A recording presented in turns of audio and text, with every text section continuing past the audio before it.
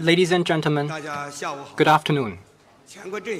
The press conference of the fourth session of the 13th National Committee of the Chinese People's Political Consultative Conference now begins. On behalf of the Secretariat of the session, I would like to welcome all Chinese and foreign journalists joining our press conference. As required by the session's COVID-19 protocols, the press conference today is held via online video. The main venue is set up in the press conference hall in the Great Hall of the People. The sub-venue is set up in the multi-function hall on the second floor of the Media Center Hotel. The press conference will last about 60 minutes. I now give the floor to Mr. Guo Weiming, member of the 13th CPPCC National Committee and Deputy Secretary General and spokesperson of the 4th session of the 13th CPPCC National Committee. He will introduce the main agenda of the session and then take questions. Ladies and gentlemen, friends from the media, good afternoon. In early spring, we are gathered here on schedule in March. I would like to welcome all of you attending this press conference and friends from all walks of life watching this event on TV or via online streaming. The year 2020 was an extraordinary one in the history of the People's Republic of China. The CPC Central Committee, with Comrade Xi Jinping at its core, led the entire Chinese nation in forging ahead with tenacious efforts. China has achieved major gains in both COVID-19 response and economic and social development. The objectives of poverty alleviation were completed on schedule. China's endeavor to build a moderately prosperous society has yielded great historic achievements. Every one of us has made great efforts and active contribution. The year 2021 carries special significance in China's modernization process. We will celebrate the centenary of the CPC's founding, formulate and implement the 14th Five-Year Plan, embark on a new journey toward fully building a modern socialist country. The upcoming fourth session of the 13th CPPCC National Committee will focus on the formulation and implementation of the 14th Five-Year Plan, conduct in-depth consultation and deliberation, and pull wide consensus. Now, entrusted by the Secretariat of the session, let me introduce the agenda items of this session. The fourth session of the 13th CPPCC National Committee will open at 3:00 p.m. tomorrow at the Great Hall of the People and close on the afternoon of 10th of March. The agenda for the session includes the following: to hear and deliberate the work report of the Standing Committee of the CPPCC National Committee and the report on proposal-related work. To sit in on the fourth session of the 13th National People's Congress, hear and discuss reports including the government work report and other reports, and discuss the draft outline of the 14th Five-Year Plan for National Economic and Social Development and the long-range goals for 2035. To review and approve resolutions and reports, including the political resolution of the fourth session of the 13th CPPCC National Committee. During this session, there will be an opening meeting, a closing meeting, and 2 conference addresses. One of the addresses will be held via video conference. There will be 6 group discussions. The opening and closing meetings will be open to foreign envoys in Beijing. All preparations for this session have been completed. On media arrangements, considering the needs of COVID-19 control and the duration of the session, media coverage arrangements remain the same as last year, and only some Beijing-based Chinese and foreign reporters are invited to cover the session at the Great Hall of the People. The 3 CPPCC Members' Passage interview events will be organized through video link. We encourage Chinese and foreign journalists to cover the session via the internet, video link, telephone, and other diverse means. We have set up online video interview rooms in the hotels of CPPCC members. The press service team of the CPPCC session and press liaison officers based at the hotels will provide services and facilitation for Chinese and foreign reporters. The CPPCC National Committee will release the relevant arrangements, documents, and materials in time on its press center website. Please follow the updates online. Now, I would like to take questions regarding this session and the work of CPPCC. Thank you. The floor is open for questions. Before asking your question, please identify your media affiliation. We advise that each journalist ask only one question at a time. Please raise your hand to let us know.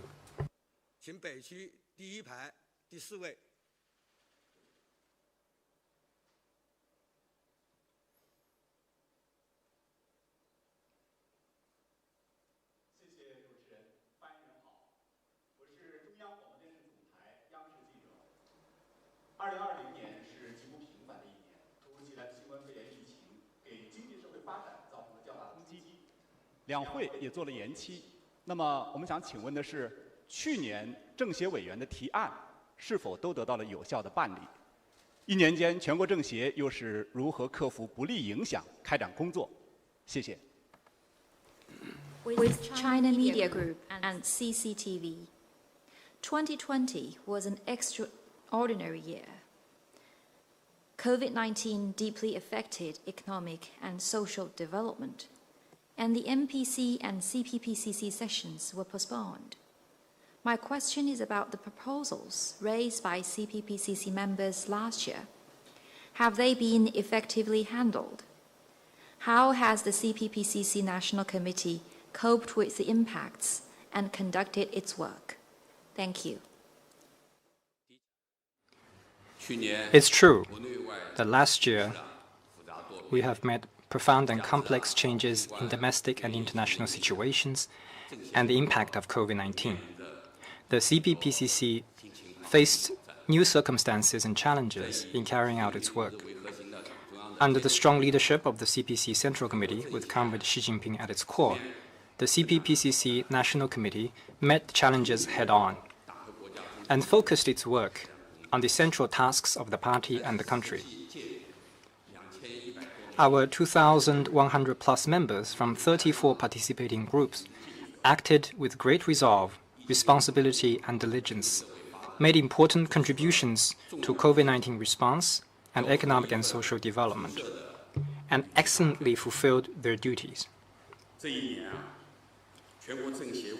Over the past year, the National Committee has contributed actively to COVID-19 response.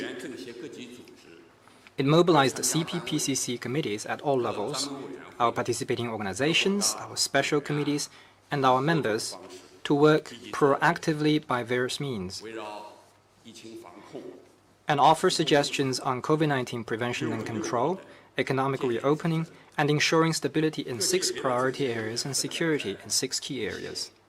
Our members from various sectors fought the virus on the front line, participated in medical treatment and research, and helped keep jobs and businesses stable.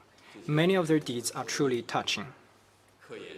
Many of our members are in the medicine and health sector, science and technology sector, and the private business sector. They have worked around the clock on the front line. Over the past year, the National Committee has made fresh progress in consultation and deliberation. As you mentioned in your question,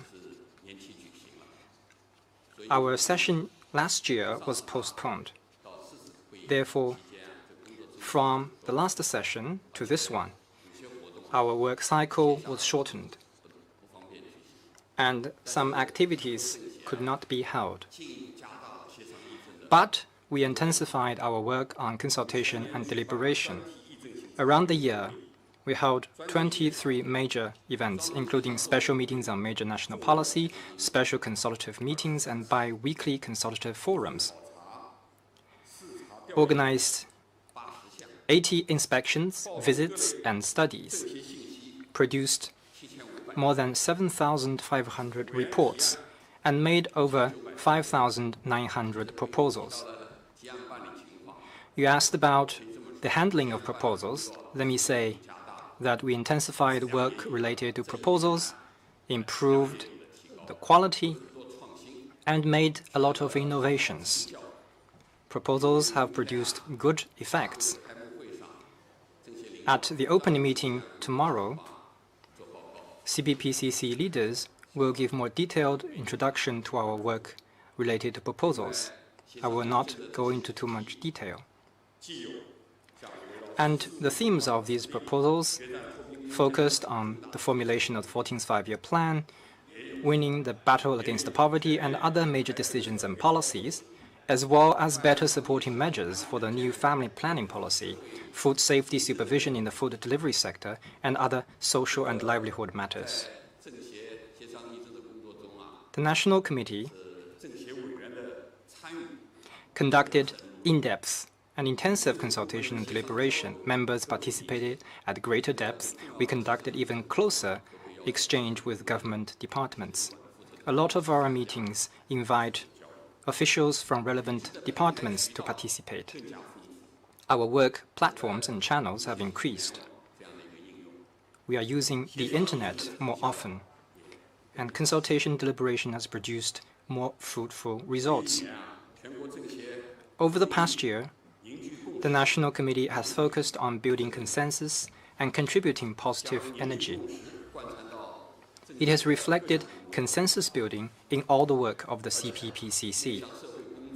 It communicated with the public to explain policies, address concerns, and guide expectations, pulling wide public consensus on policies and propositions of the party. Last year, on COVID-19 response, on the fostering of a new development paradigm, on poverty alleviation and rural revitalization, and on other topics of public interest, we hosted 12 committee member lecture programs and arranged 14 awareness-raising tours, which received broad attention. Over the past year, the National Committee has utilized the Internet effectively. The 13th National Committee made better use of online consultation, especially in COVID-19 response. We made full use of our mobile work platform with our cell phones and conducted online studies, discussions, and consultations. In the past, it was one-on-one consultation, but now we have one on several points, an online-offline connection, which became a new highlight in our work. This has made our work more timely and interactive, and fully unleashed the CPPCC's potential and efficacy as a specialized consultative body. Some of our members say that wherever there are matters of major public interest, there is work of the CPPCC and participation of CPPCC members. Thank you.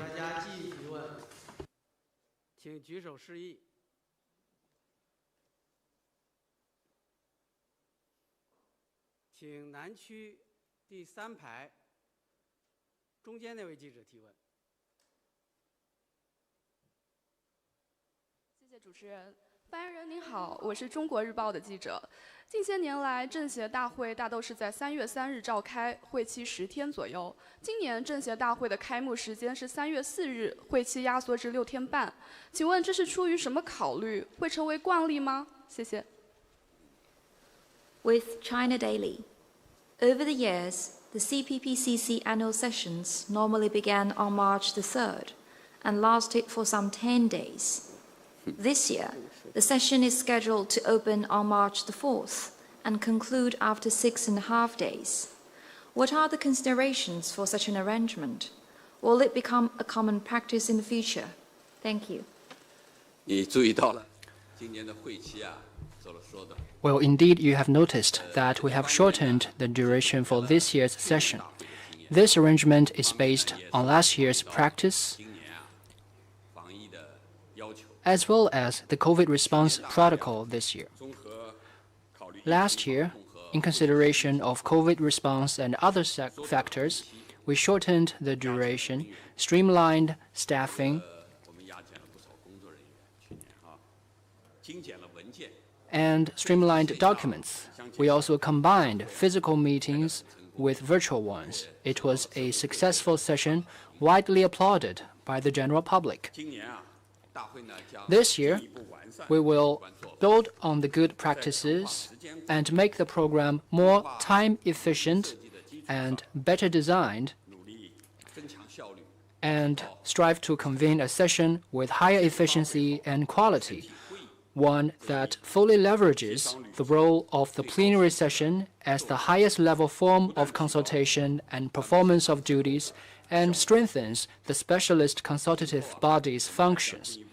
Going forward, we will take further stock of the new and effective measures of each session, keep up the good work,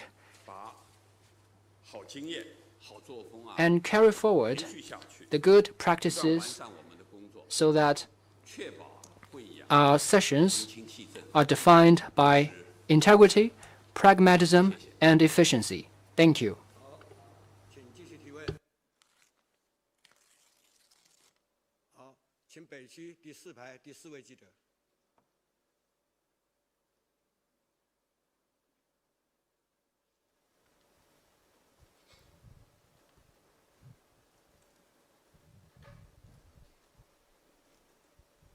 Thank you. I have a question from CNE.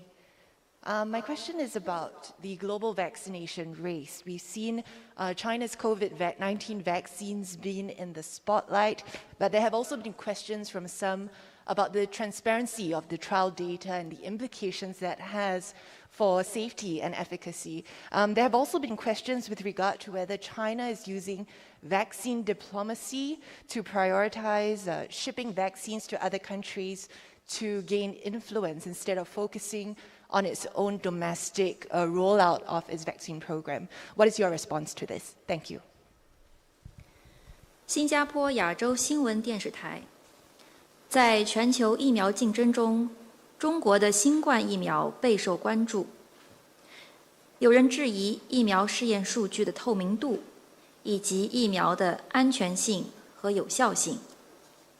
还有人认为，中国正在优先向其他国家出口疫苗，通过疫苗外交获取更大影响力，而不是专注于在国内推广疫苗接种。请问您对此有何回应？谢谢。我想你刚才两个问题呢， I think the two of your questions were about safety and effectiveness of vaccines and China's export of vaccines and international cooperations. What is China's intention behind it? I can make it very clear to you that the CPPCC members have closely followed developments on vaccines. Our participating groups include the Medicine and Health Group and Science and Technology Group, and many members play important roles in COVID-19 response. Some members, since it's their job, directly take part in vaccine R&D, production and management, and we have a lot of discussions. So on your first question, let me say that ever since COVID-19 struck, China has made vaccine R&D its major task. Government departments, research institutes, and businesses have poured in enormous resources. China has always given top priority to vaccine safety and effectiveness. The competent authorities formulated technical guidelines for COVID-19 vaccines and technical standards for market approval and conditional approval. These standards are basically on par with those of WHO and developed countries. From R&D to each phase of trial, Chinese vaccine companies have strictly followed the relevant technical standards and procedures. And throughout R&D, trial, emergency use, and conditional market approval, we have released authoritative information. The State Council Information Office and Interagency Task Force have both released timely information on COVID-19 response and vaccines. The vaccines previously approved with conditions made by Sinopharm and Sinovac were both inactivated vaccines. Inactivated vaccine is a highly matured technology, as you may all know. Phase 3 trial results of both vaccines meet relevant WHO standards and the requirements of China's technical guidelines. As of the end of February, the 28th of February, China has administered a total of more than 52 million doses of vaccines. As you may have seen, many countries have also approved Chinese vaccines. Some foreign leaders even took the lead in accepting Chinese vaccines. This is also evidence supporting the safety and effectiveness of Chinese vaccines. A few days ago, China's National Medical Products Administration granted conditional market approval to 2 more vaccines. Their R&D and production were also strictly in line with the technical standards and requirements. You also asked about the purpose of our export and cooperation. I noticed that some claim that China is using vaccines to build its geopolitical influence. This is very narrow-minded. Vaccine is an important means to control and defeat the virus, and currently an important field of international anti-epidemic cooperation. China has committed to making vaccines a global public good. We support and encourage Chinese companies to work with other countries on vaccine R&D and production. We have joined WHO's COVAX facility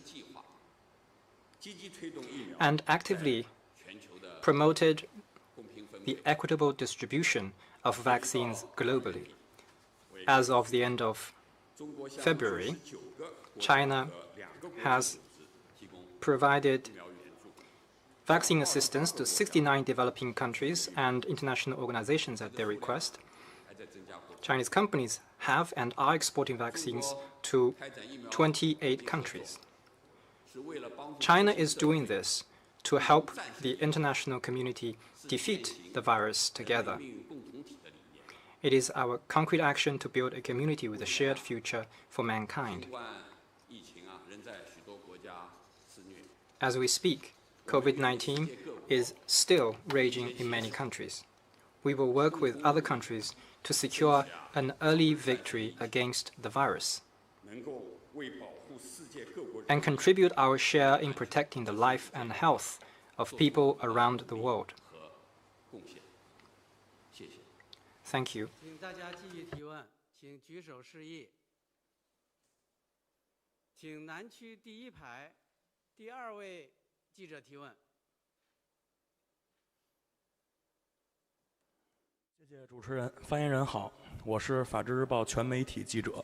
我提的问题是，去年5月民法典通过后，全国政协创建了民法典读书群，帮助委员学习民法典，提高履职能力，同时在社会形成了影响。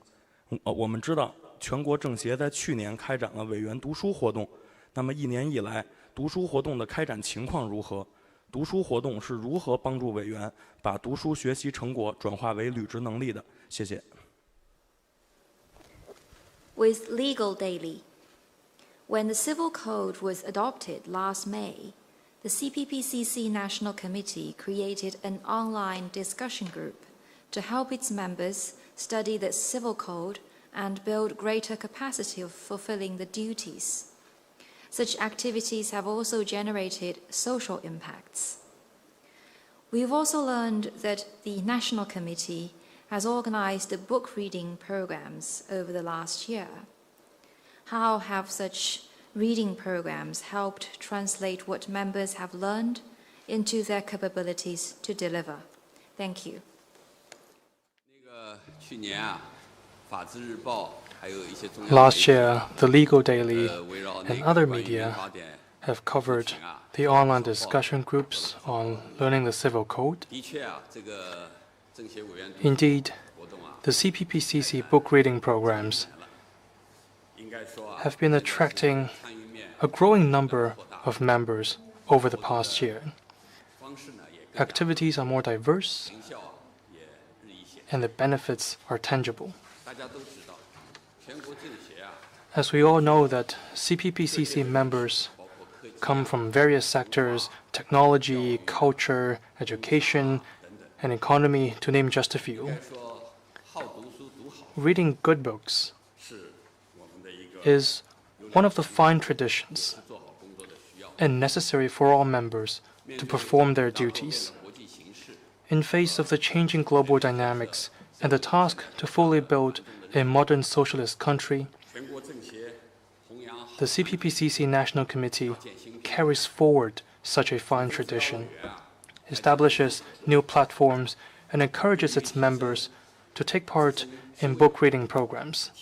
It is helpful for members to further improve themselves, strengthen their ability to fulfill duties, so that they will be able to make better policy recommendations and build greater consensus. It also contributes to a scholarly CPPCC and more broadly, a book-loving environment for the entire society. For greater participation and exchanges, the CPPCC makes use of the Internet as it carries more content and not limited by time or space. On the mobile work platform, we have established 47 online discussion groups for National Committee members and 4 for local committee members. Over 1,900 members of the National Committee from 34 sectors logged on to the online academy, and over 17,000 comments have been posted. At airports, train stations, we in the CPPCC will turn on our phones and participate in discussions. The books and topics of discussion include COVID-19 response, rural development, digital economy, as well as the population and growth. They focus on both frontier technologies and traditional cultures, both trending topics and classical theories.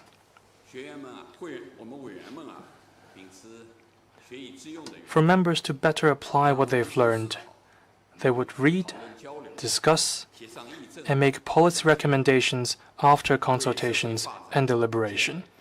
That enables them to develop better and more useful advice. With their phones on, CPPCC members will be able to read, discuss, and advise. Chairman Wang Yang and others in the CPPCC leadership are also active participants in online discussions, exchanging views with all members. When we log on to the online discussion group, we can discuss with Chairman Wang Yang and others in the leadership.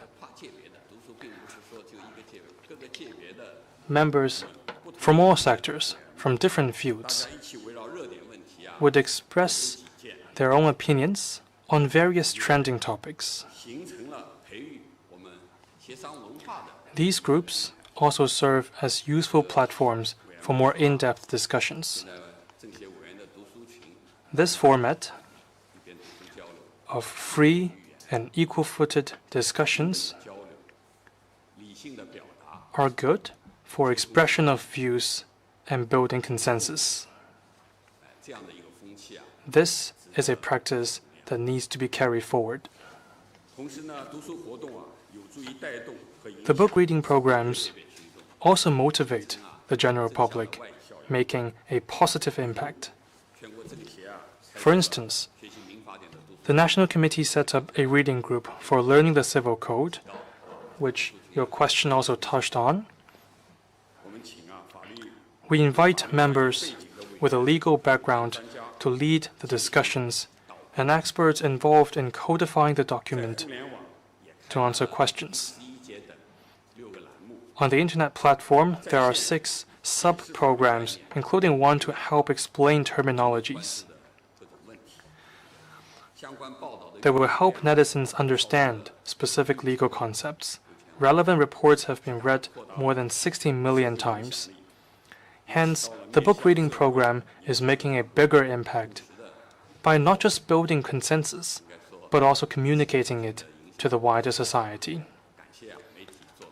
We would also like to thank all the media for covering the reading groups. Going forward, the National Committee will work to make the book reading programs a regular event. In a gradual manner, we will deepen and expand its impact. Read more, work better. We in the consultative body would endeavor to contribute more to China's governance system. Thank you.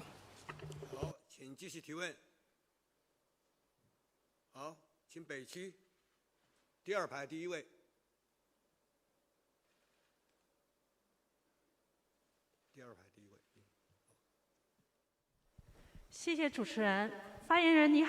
南方报业全媒体集团南方都市报记者提问。过去1年，刷脸成为大多数人通行必不可少的步骤，但也存在一个问题：一旦个人信息被过度采集，也容易引发社会风险。在防止个人信息滥用方面，全国政协做了哪些工作？有何建议？谢谢。 With Southern Metropolis Daily, over the past year, facial recognition-based access has become part of life for most of the people. At the same time, there is this problem of potential social risk if personal information was excessively collected. Would you elaborate on the work of the CPPCC National Committee on preventing personal information breach? What are the recommendations by the National Committee members? Thank you. 你问的这个问题啊，也的确是社会关注的问题。 Indeed, something that the general public pays a lot of attention to, and many media have written a lot of reports on that. This is also a matter that CPPCC members focus on closely. We live in a world of extensive application of big data, AI, and new internet technologies. Privacy protection and personal information security is an issue that stands out by the day. There has been illegal obtaining of personal information.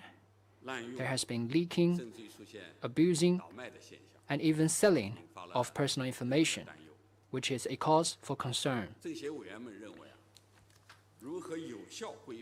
CPPCC members believe that it is important to effectively regulate relevant institutions and internet firms so that they collect, store, and use personal information in accordance with laws and regulations and protect personal information security and privacy. The CPC and the government place high importance on personal information security and privacy protection. We have learned that competent departments have introduced a series of measures. The Cyberspace Administration of China, Ministry of Industry and Information Technology, Ministry of Public Security, and State Administration for Market Regulation have done a lot, including formulating national standards and regulations to guide and urge businesses and platforms to fulfill their duty of protecting personal information.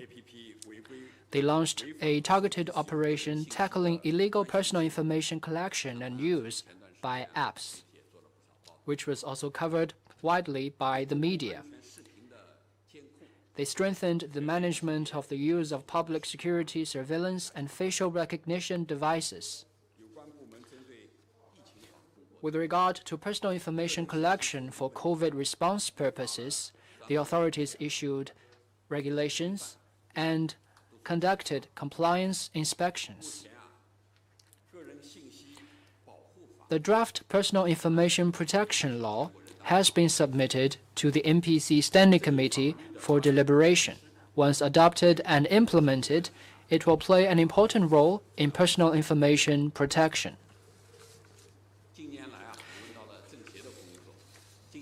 You mentioned the work that the CPPCC has done. In recent years, the CPPCC National Committee has done a lot on personal information security and privacy protection. Many members made relevant proposals. Last year, the National Committee convened a teleseminar on stronger protection of personal information in the era of big data and a biweekly consultative forum on the issue of science, ethics, and law in AI. The members believe it is important to step up overhauling, implement the regulations to the letters, regulations that have been formulated, refine relevant laws faster, further strengthen supervision and law enforcement, and crack down on privacy and personal information breach. A series of measures have been implemented to build a firewall for personal information. The aim is to ensure the safety of personal information and make people assured. Some CPPCC members who are from internet firms also took part in the discussions. They vowed to strengthen self-discipline of the industry, strike a fine balance between management and service, perform their due responsibilities as enterprises, and fully protect the lawful rights and interests of users. The National Committee will continue to follow this issue and work for new progress in this area. Thank you.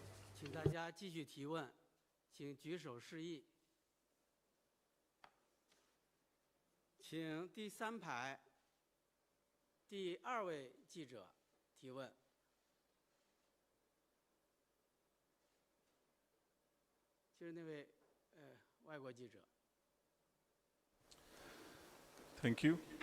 I represent Associated Press of Pakistan. My question is that China has made great achievement in poverty alleviation, but we also can see some ongoing dispute over this issue. Someone questions that China's current poverty alleviation standards are lower than the international standard and thinks that China will face the challenge of preventing people from slipping back into impoverishment. So what is your comment? Thank you. 巴基斯坦联合通讯社：中国在脱贫攻坚方面取得了巨大的成就，同时也存在一些争议。有人质疑中国现行扶贫标准低于国际贫困标准，也有人认为中国面临着反贫的挑战。对此，您有何评论？谢谢。 A few days ago, on the 25th of February, we convened a national conference marking China's poverty alleviation achievements. General Secretary Xi Jinping delivered an important address and announced that China has secured a complete victory against poverty. I have noticed a lot of report and coverage in international media. Securing a complete victory against poverty is a major, profound achievement. For a long time, the CPPCC has closely followed and deeply engaged in poverty alleviation and made it a key priority in performing duties. The 13th National Committee has given key priority to poverty alleviation in its consultation and deliberation every year. By holding special meetings and by weekly consultative forums, arranging field and virtual study trips, putting forward and overseeing the handling of proposals, the National Committee carried out in-depth consultation and deliberation on the key issues of poverty alleviation. The special committees and departments are more broadly involved and members more deeply engaged than in any other topic in recent years. Many opinions and suggestions were translated into policy measures, making important contributions to eliminating poverty. It is fair to say that the CPPCC has continuously contributed to and witnessed the achievements in poverty alleviation. This is a vivid manifestation of CPPCC's commitment to always focusing on the central tasks of the party and the country in fulfilling its duties. You also asked about what work we have done in poverty alleviation. We did a lot, and you also asked about the standard of poverty in China. Indeed, the quality of poverty alleviation is also a matter of interest to the public. Many members of the National Committee are experts in this field. They said that China's poverty standard is a comprehensive one. Income-wise, China's standard is higher than the World Bank's standard for extreme poverty. More specifically, China made it clear that the objective of poverty alleviation is to see that the basic living needs of rural poor populations are met and that such people have access to compulsory education, basic medical services, and housing. Now, China has met the basic living needs of all and ensured access to compulsory education, basic medical insurance, safe housing, and safe drinking water for all. The recently released report on national census on poverty alleviation provided details on the income and living conditions of our previously poor populations. I refer you to this report. In addition, China also tackled poverty with an enormous increase of public services and social security, including bridges, roads, electricity, and internet services. These steps have changed the way of life and work of the poor population and opened the door toward prosperity.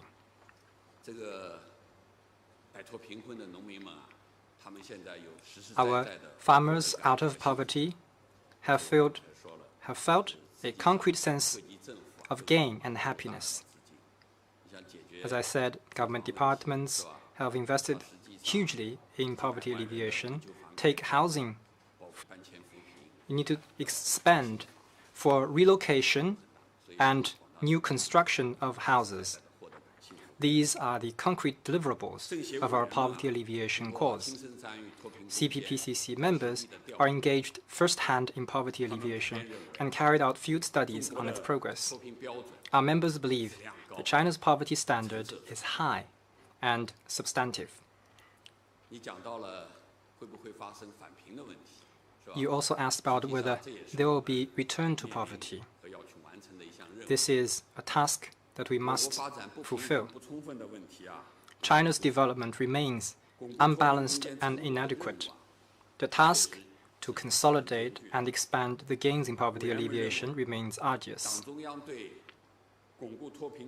Members called for earnest efforts to deliver on the CPC Central Committee's major decisions, to build on the gains in poverty alleviation and fully advance rural revitalization.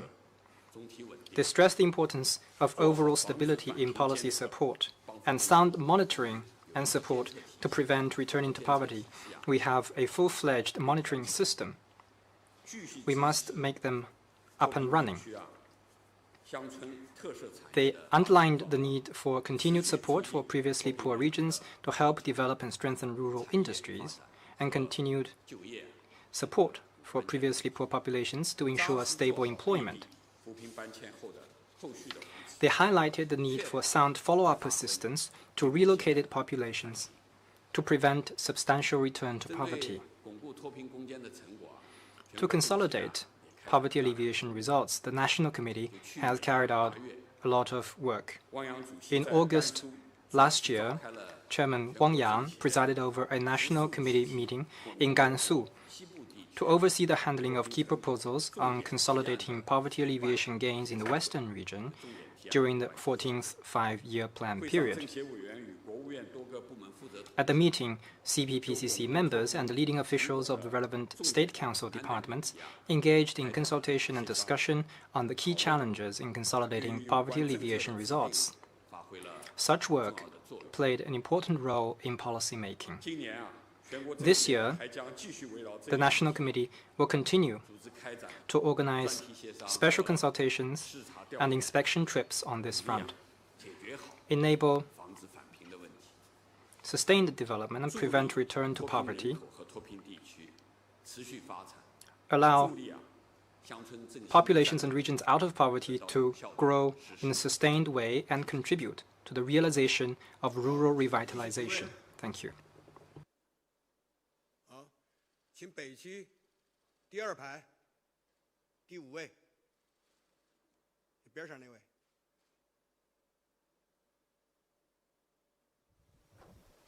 谢谢主持人。发言人好，中评社记者提问：北京冬奥会进入了倒计时阶段，我们注意到有外国政客鼓动抵制北京2022年冬奥会，请问发言人对此有何评论？另外，在受疫情影响的背景下，北京冬奥会能否如期举行？谢谢。 With China News Service. With the countdown to Olympic Winter Games in Beijing, some foreign politicians called for boycotting the 2022 Winter Olympics. What's your comment? Given the impact of COVID-19, will Beijing 2022 be held as scheduled? Thank you.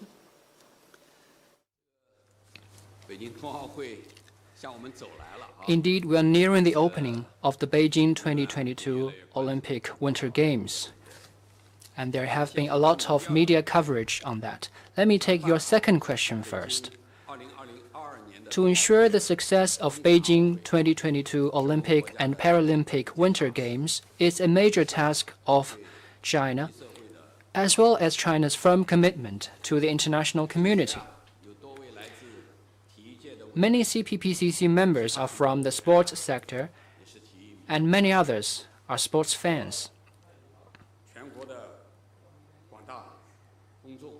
Just like all Chinese people, we have high hopes for this grand sporting event and are looking forward to it. To our knowledge, COVID-19 has brought some impact to the preparations, and the competent authorities are working hard to adapt to the changing situation and devise new science-based measures to rearrange their work. The aim is to minimize exposure risks without delaying preparations. Thanks to the concerted efforts of relevant parties at home and abroad, preparations for the Games are well underway in parallel. All sports venues have been completed. The Beijing-Zhangjiakou High-Speed Railway and Beijing-Chongli Expressway are fully up and running. And steady progress is being made in sports organization, services, promotion, and international exchanges. So generally speaking, the preparations for the Beijing Games are well underway. There's now less than 1 year before the opening,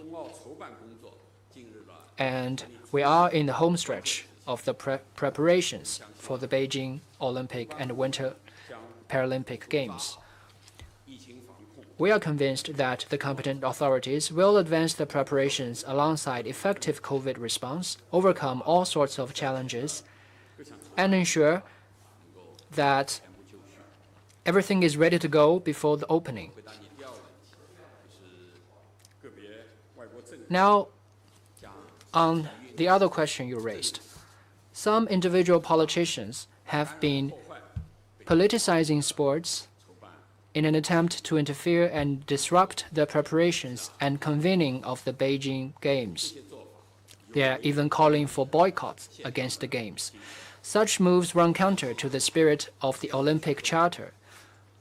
We believe such attempts will by no means have any support from the international community or go anywhere. We have read some reports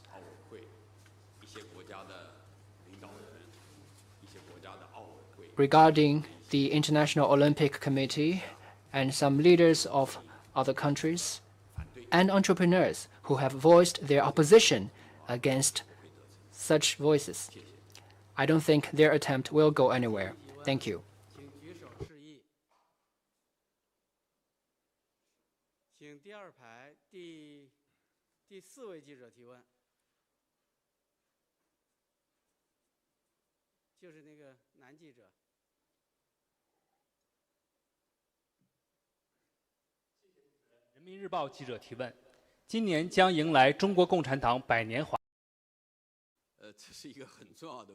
This is a very important question and highly theoretical and practical one.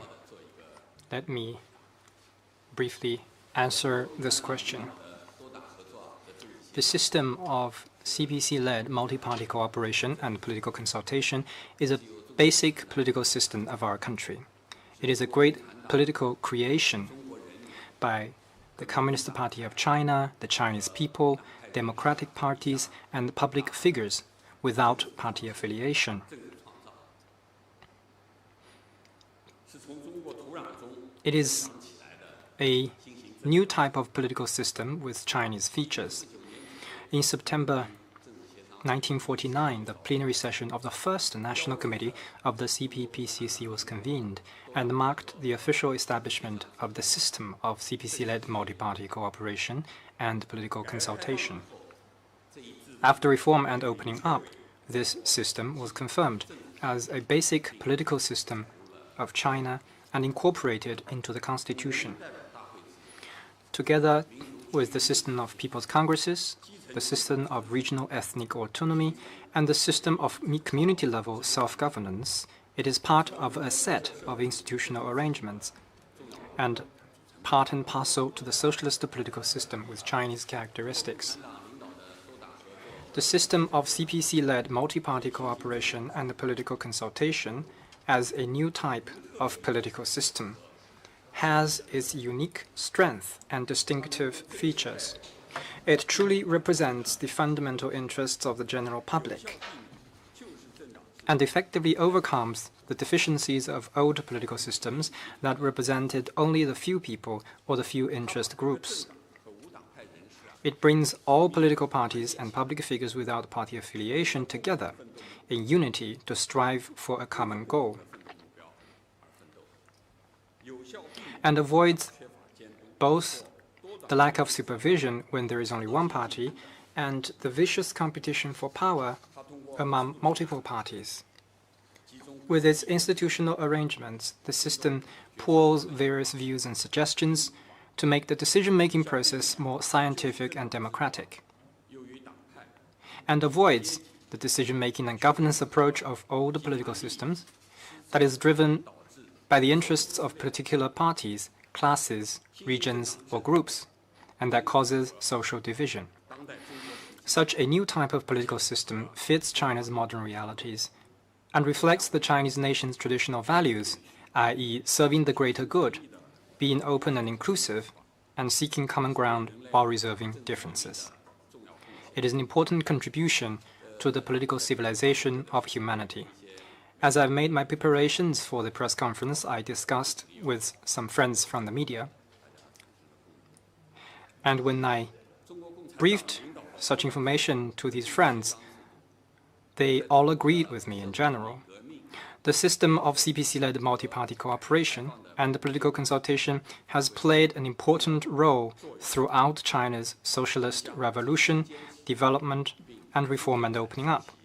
We will stick to it for a long time to come and fully demonstrate its strength. You asked about the CPPCC's future steps to make good use of this system and conduct its work. Let me say that under the circumstances of a new era, the CPPCC, as an important political and organizational form of this new system, will further strengthen its function as a specialized consultative body, uphold unity and democracy as the two major themes.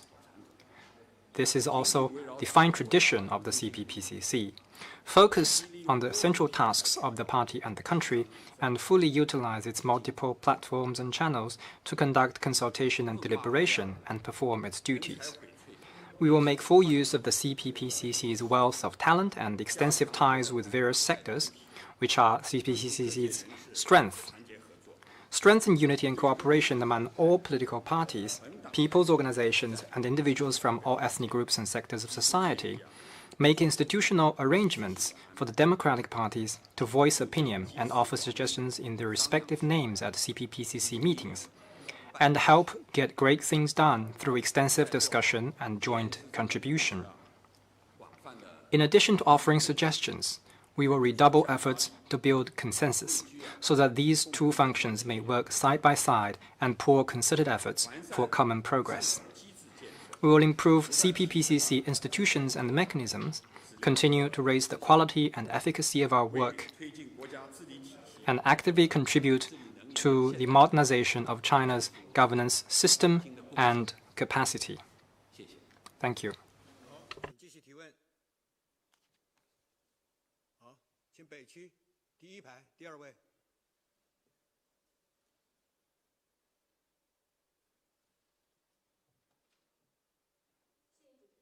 发言人您好，我是人民政协报全媒体记者。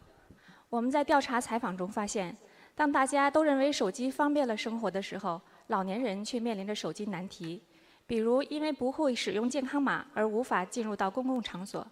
如何让老年人在智能化时代乐享幸福？政协委员有哪些意见和建议呢？谢谢。With CPPCC Daily. In our interviews, we have noted that while smartphones have made life more convenient, they have also posed challenges for senior citizens. For example, some are declined access to public places without a health QR code. How can we help the elderly embrace the digital age and enjoy a happy life with smart technologies? Are there any suggestions from the CPPCC National Committee members? Thank you. You from the CPPCC paper asked a question that we all care about on people's livelihood.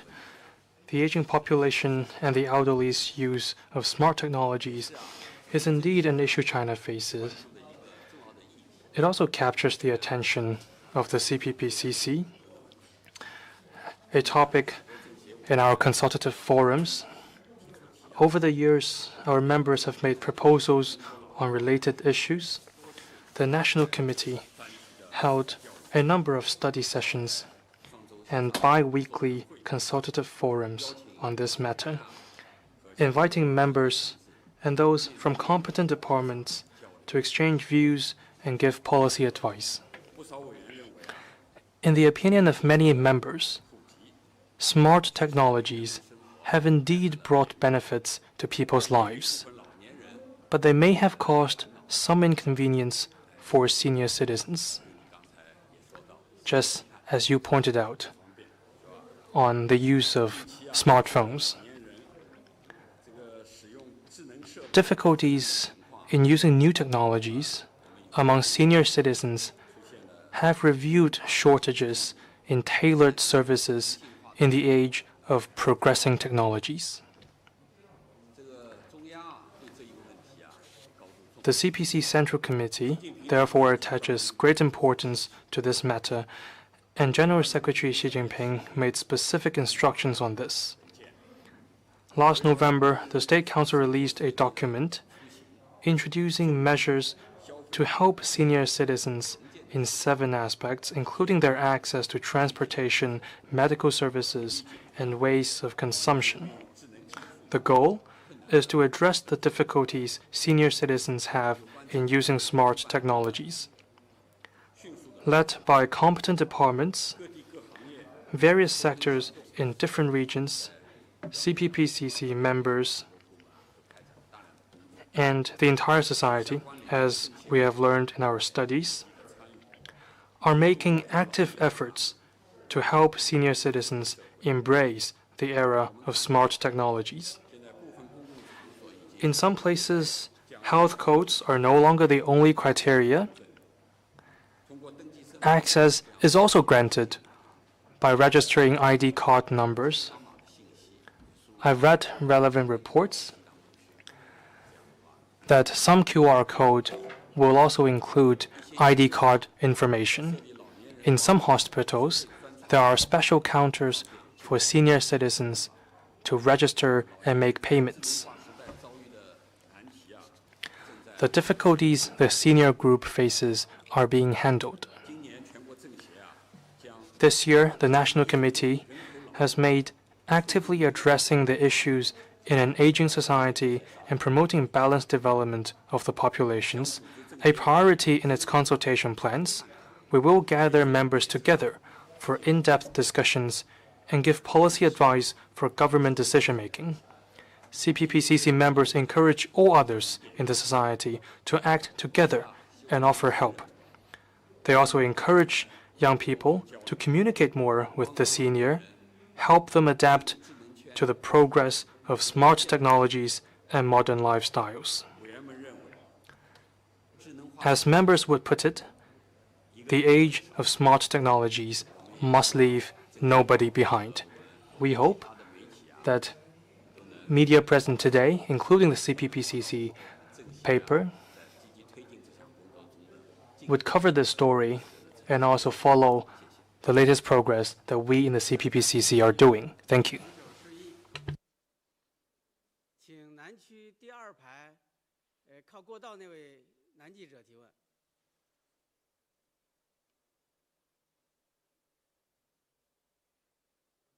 NBC News, U.S. television network.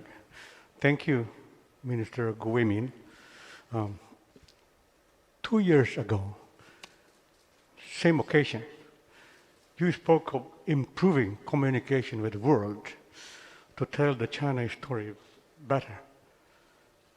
But since then, with the continuing controversies about how China has handled issues like the pandemic, Xinjiang, Hong Kong, and others, some observers would say that China's image problem may have gone from bad to worse, with a negative opinion of China in the United States, for example, up from 47% to 73%, according to one survey.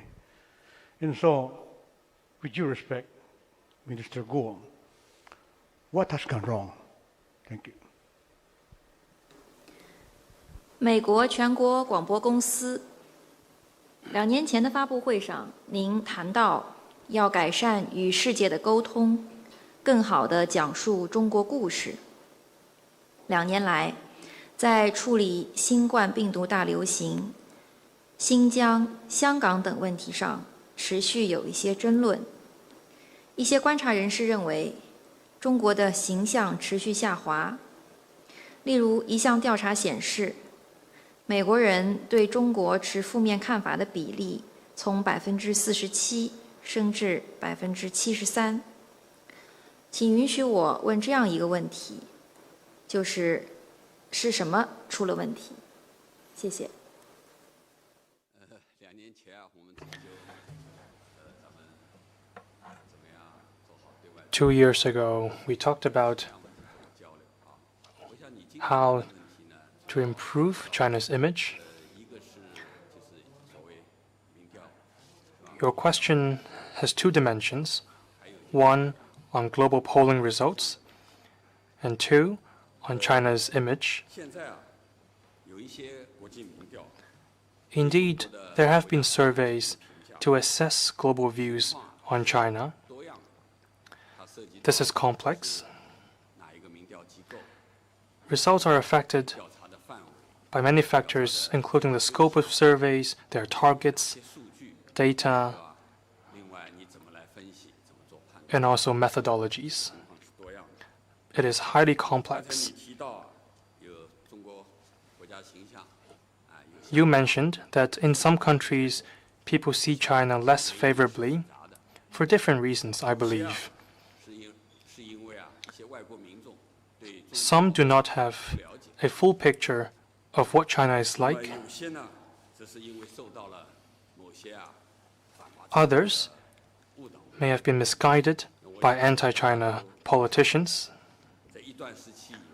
For quite some time, certain politicians have been pointing fingers at and smearing China under the pretext of COVID-19, including its origin, Hong Kong and Xinjiang. We're seeing certain anti-China politicians are bent on tarnishing China's reputation and cooking up misleading narratives. Their narrative has misguided some in the United States and even the Western world. On this matter, the CPPCC National Committee has made active efforts. Some of our members have voiced their understanding and support. We have clarified China's policies and stance and repudiate groundless accusations. We are steadfast in defending our core national interests. I would also like to point out that the polling results by some independent institutions suggest that in quite a lot of countries, people actually have favorable views on China. I'm sure that you have noticed that as well. As we often say, seeing is believing.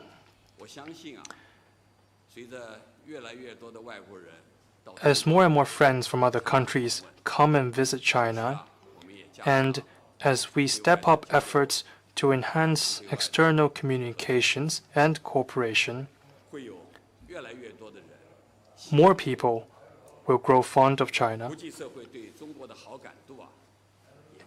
and in the international community, favorable views will continue to increase. Since reform and opening up, especially since the 18th National People's Congress, China's economy has grown substantially. People's lives have been improved. When it comes to polling results, recent global surveys indicate that the Chinese people are highly satisfied with their government, over 90% to be more specific. As China forges closer ties with the world, it has made contributions to global peace and development. In the CPPCC, there are many members who have worked on external relations. There are retired ambassadors and those dedicated their lives to communications with the outside world. In promoting global growth, addressing climate change, achieving UN poverty reduction goals, and supporting global COVID-19 response, China has done a lot and played an important role. China's efforts are welcomed and recognized by many. Now, China is engaging and cooperating with more countries, or expanding its circle of friends, so to speak. Last year, we signed the RCEP, completed the negotiation on the China-EU Comprehensive Agreement on Investment, and successfully hosted the third China International Import Expo. These are vivid examples of China's active engagement with the rest of the world. I will also briefly talk about what we in the CPPCC has done. Friendly exchanges with other countries is an important work for us. Over the years, the National Committee has promoted high-level exchanges and those at various levels, strengthened communications with political organizations, institutions, media, think tanks, and people in different fields. We also participated actively in multilateral events. In multiple fields, we'll engage with other countries through different channels and in different formats. So far, the National Committee has had friendly exchanges with 337 organizations and institutions from 157 countries, as well as 15 regional and international organizations. A peace-loving nation, China is committed to making more friends. The National Committee will further harness the advantages of the CPPCC and engage with other countries in various formats. Through friendly cooperation, we will together build a community with a shared future for mankind. Thank you. 继续提问。好，请北区第3排第2位。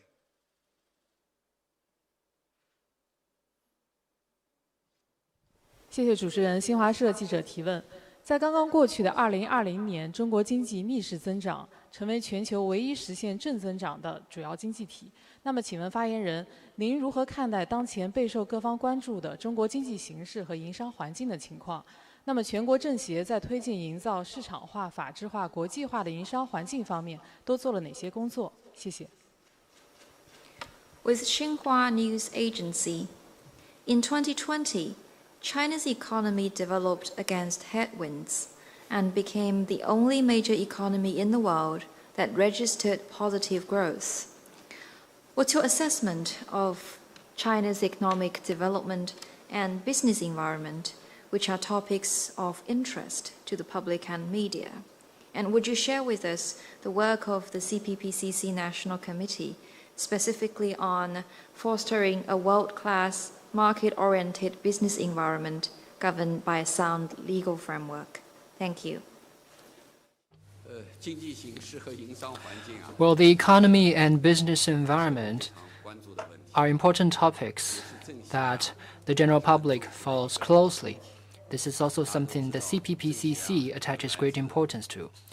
As we all know, there are CPPCC members from financial, business, and academic sectors. There are also experts who used to serve in government departments, and they often conduct studies on the economic performance and on the business environment. In the year 2020, China has stood the serious and complex test posed by the domestic and external environments, especially by COVID-19. The economy exceeded 100 trillion yuan and was the only major economy that secured a positive growth. CPPCC members are encouraged by such achievements, while also see uncertainties in the developments of COVID-19, a fluid global economic landscape, and to keep economic performance stable this year requires hard efforts.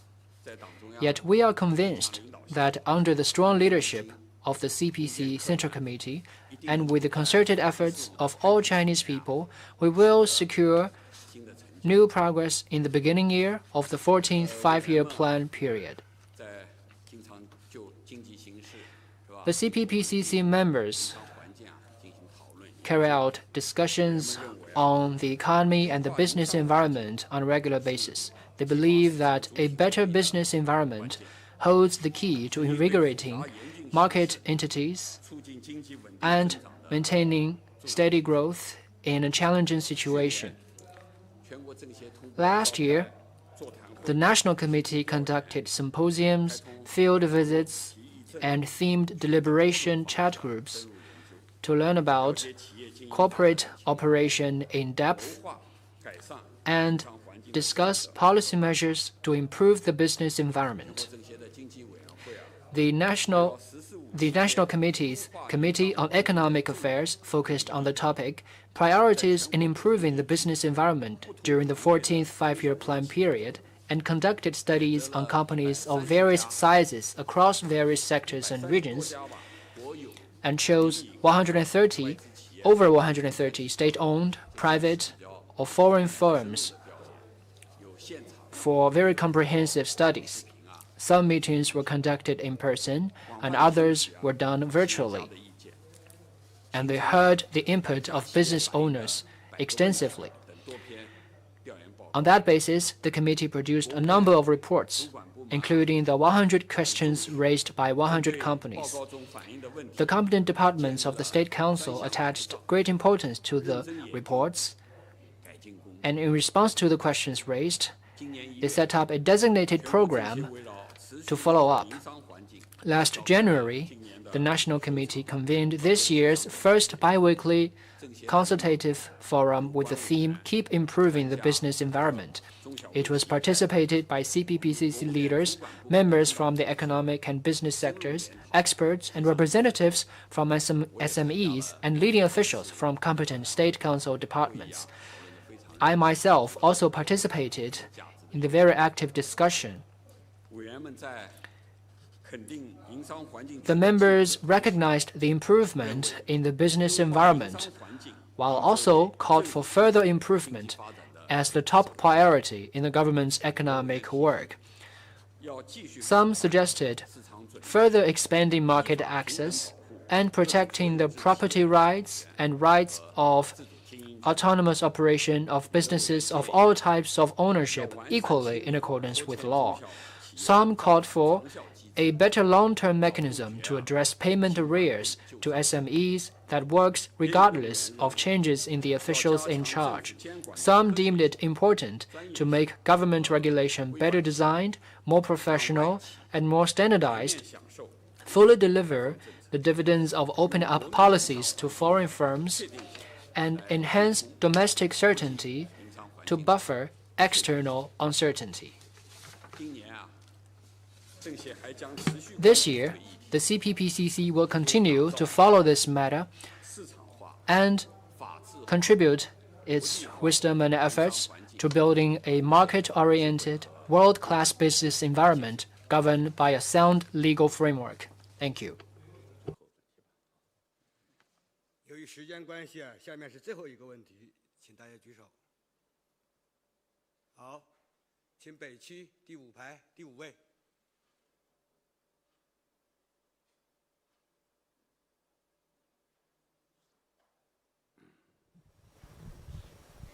非常感谢最后一个问题给到我，我是来自香港凤凰卫视、凤凰网、凤凰秀的记者胡玲。我们在想提问香港问题，因为我们关注到受到新冠肺炎疫情的冲击等等一系列的因素，香港的经济社会呢是遭遇到了严重的下滑。我们非常想知道，今年中央是否会进一步出台相关的措施，来帮助香港走出经济困境？那么对于政协方面来说的话，你们有哪些具体的工作？ 另外，我们非常关注的是，我们看到国务院港澳办的主任夏宝龙日前是在多个场合多次强调了“爱国者治港”。想请问，这样的表态是否意味着，鉴于当前的香港的局势会更加具有针对性？那么，发言人对此您如何看待？谢谢。Thank you for giving me the last question. My question is about Hong Kong. Due to the impact of COVID-19 and many other factors, Hong Kong experienced serious economic slowdown. This year, how will the central government help Hong Kong get out of the economic difficulties? And how will the CPPCC work in this regard? And recently, the director of the State Council Hong Kong and Macau Affairs Office, Xia Baolong, highlighted on several occasions the importance of patriots administering Hong Kong. Is this meant to address the current situation in Hong Kong? And what's your take on this matter? Thank you.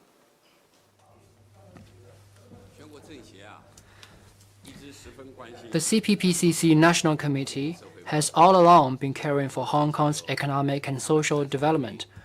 We have over 230 CPPCC members from Hong Kong and Macau who hold Hong Kong dear to their hearts. They put forward their advice in various forms for the development of Hong Kong and contributed their part to the development of Hong Kong and Macau. You mentioned the current economic performance in Hong Kong.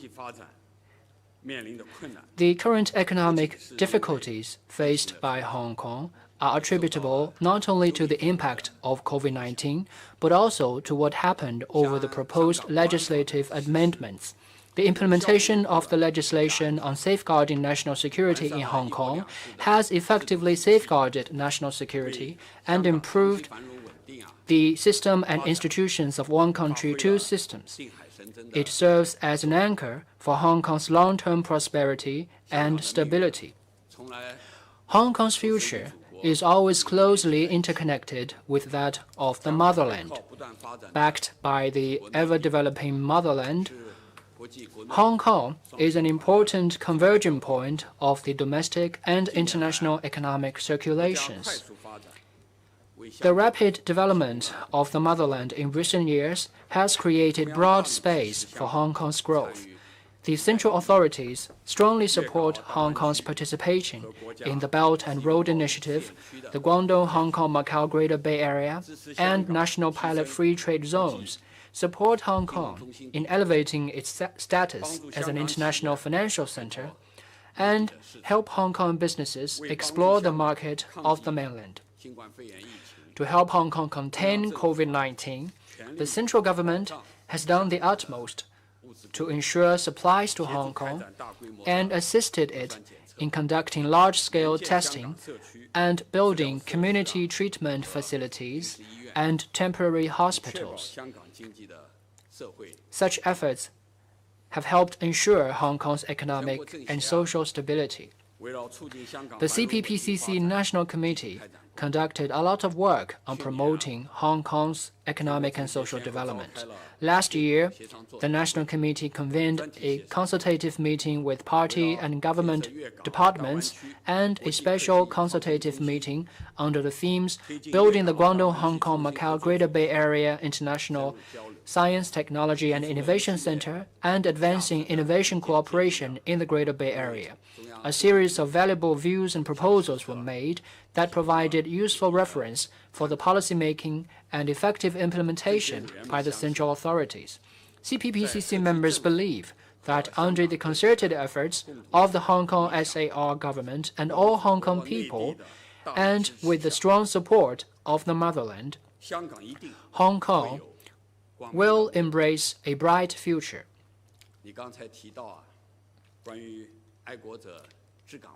You mentioned the notion of patriots administering Hong Kong. We believe that patriots administering Hong Kong is an integral part and core essence of one country, two systems, and a fundamental principle that must be followed in the full and faithful implementation of one country, two systems. The efforts to formulate and implement the legislation on safeguarding national security in Hong Kong and improve the election system of the SAR are all aimed at upholding and improving the one country, two systems policy and ensuring its steady and sustained implementation along the right direction. The CPPCC National Committee will earnestly act on the central authorities' policy on Hong Kong-Macau-related work, consolidate political guidance, pool consensus, and firmly support the fundamental principle of patriots administering Hong Kong. Thank you. Thank you. That concludes our press conference.